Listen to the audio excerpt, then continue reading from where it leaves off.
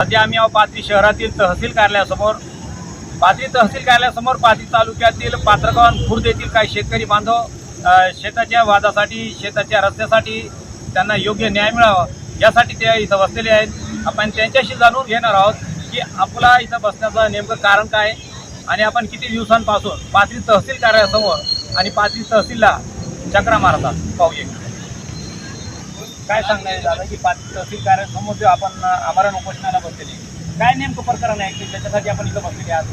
साहेब, आम्हाला निकाल हे लागलेला आहे, निकाल लागून बी त्याची अंमलबजावणी होत नाही। मला गेल्या 1-1.5 वर्ष झालं या तहसीलमध्ये इतकं फिरलं 2 वर्ष झालं माझी इथं केस पेंडिंग आहे।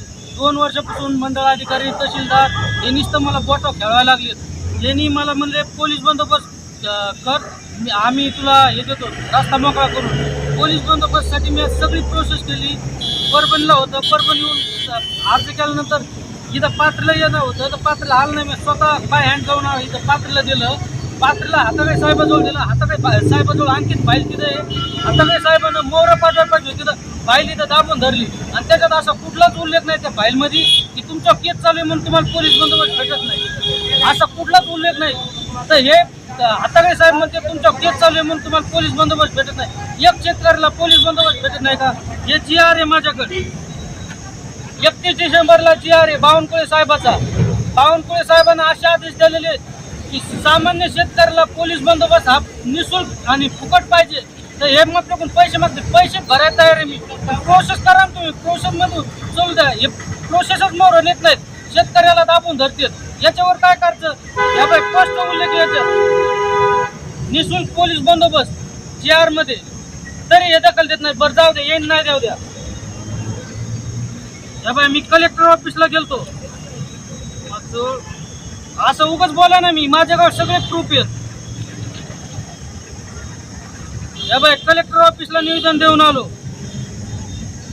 अपर जिल्हा अधिकारी मॅडम होते तिथं, मॅडमला निवेदन दिलं, मॅडमने इथं तहसीलला निवेदन दिलं।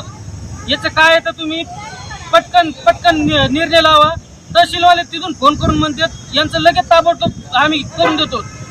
नुसतं तिथून इथं येऊस तर हे म्हणतात आम्हाला माहित नाही। हे काय 27 तारखेला निवेदन दिलं, 27/4/2026ला कलेक्टर ऑफिसला निवेदन दिलं, तर तिथून फोन केला, मॅडम इथं बोलल्या होत्या आणि इथं डायरेक्ट म्हणतात आम्हाला माहित नाही। मग जावं शेतकऱ्यांना कुठं?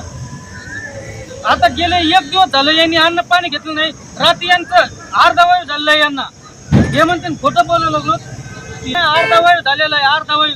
या बाई माझं हे तहसीलदार काय म्हणले माहिती, तुम्ही खोटं नाटक करायला लागलं, हे नाटक आहे का? हे खोटं आहे का?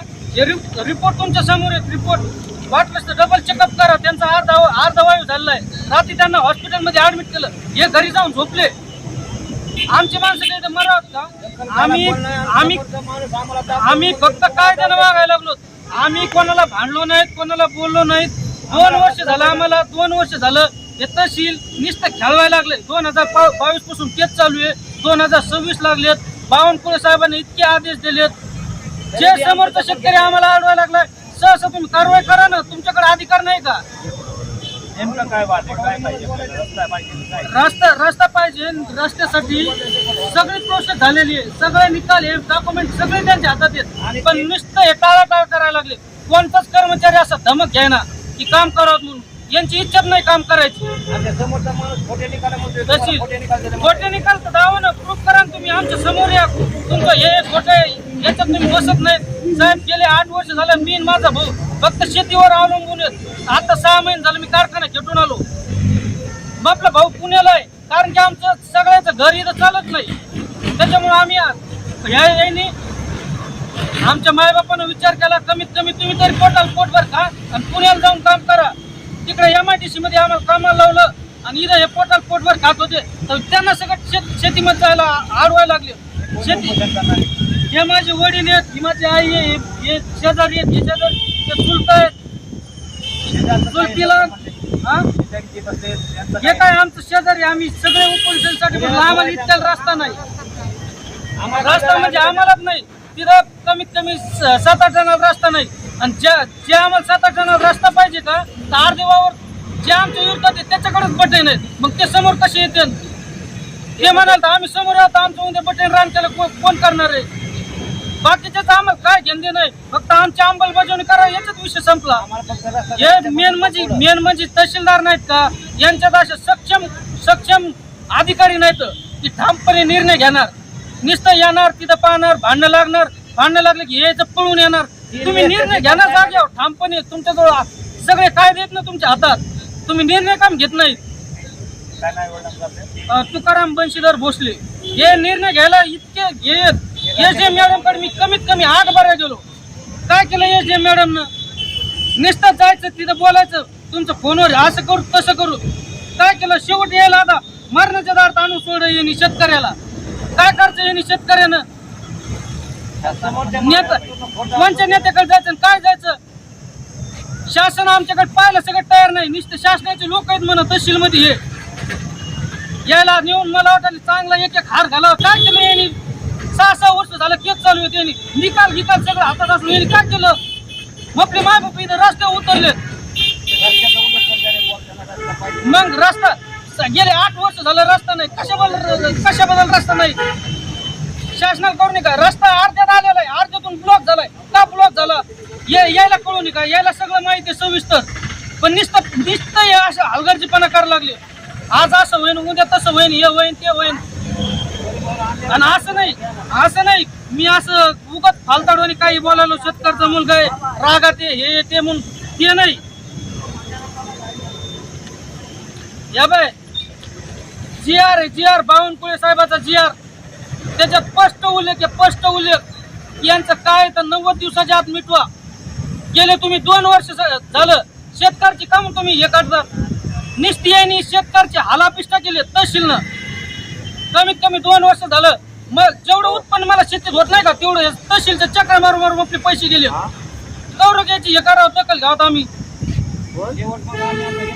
शेवट आता हे अर्धा वायू झालंय. आता यायला मेले बिगर रस्ता होणार नाही.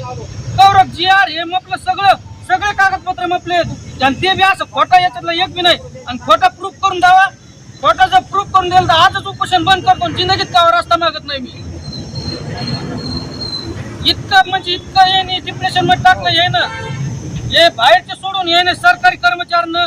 लगेच इथं गेलो का आता तहसीलला तुमच्या देखत सांगतो. या बाई पोलीस बंदोबस्त निःशुल्क आहे.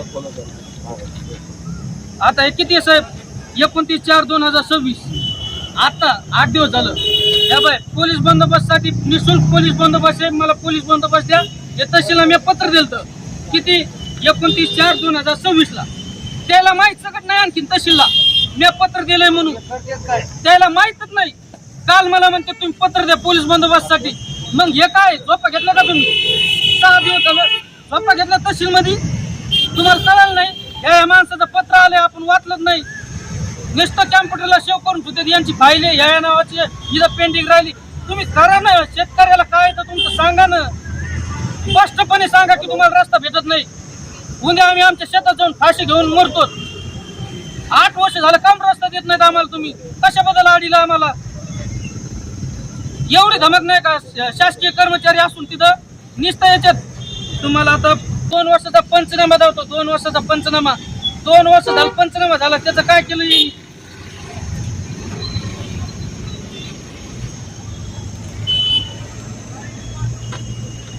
हे बाई साहेब आणखीन कागदपत्र जपून ठेवले.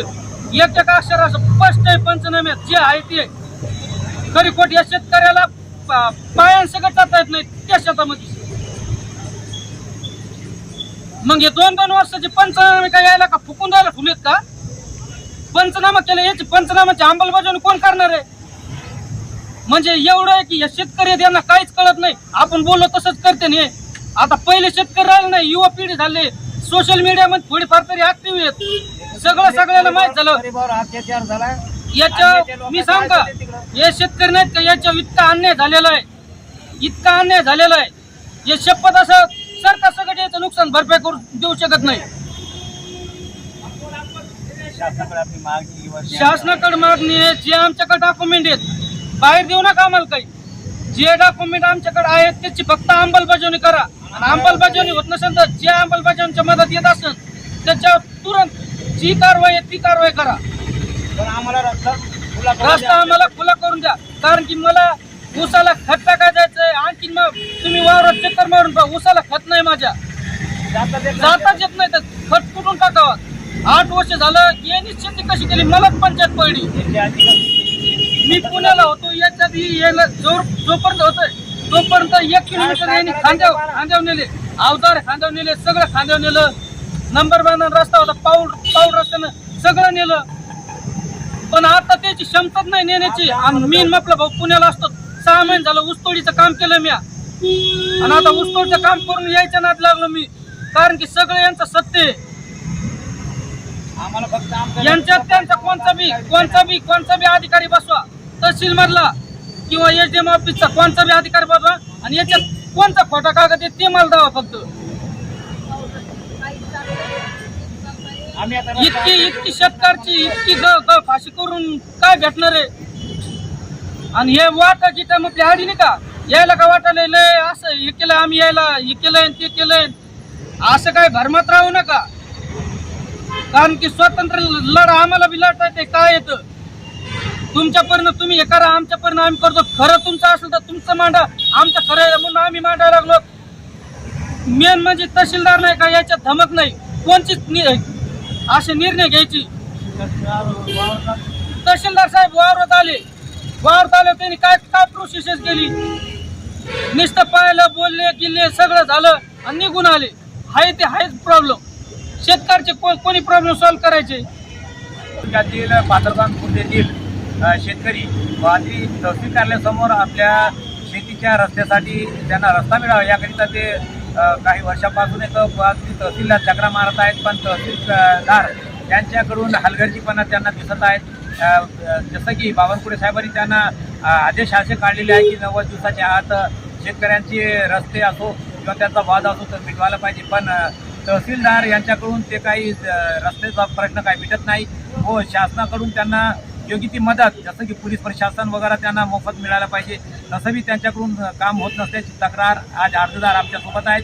ज्याच्यामध्ये तुकाराम बन्सी भोसले, सुधाराम सकाराम सवने, परमेश्वर बन्सी भोसले व त्यांच्या पत्नी हे सुद्धा इथं आमरण उपोषणासाठी बसलेले आहेत. जोपर्यंत त्यांचा प्रश्न मार्गी लागत नाही तोपर्यंत त्यांचे आमरण उपोषण असल्याचे त्यांनी सांगितलेले आहे. तरी शासनाने याकडे लक्ष देण्याची विनंती त्यांनी केलेली आहे.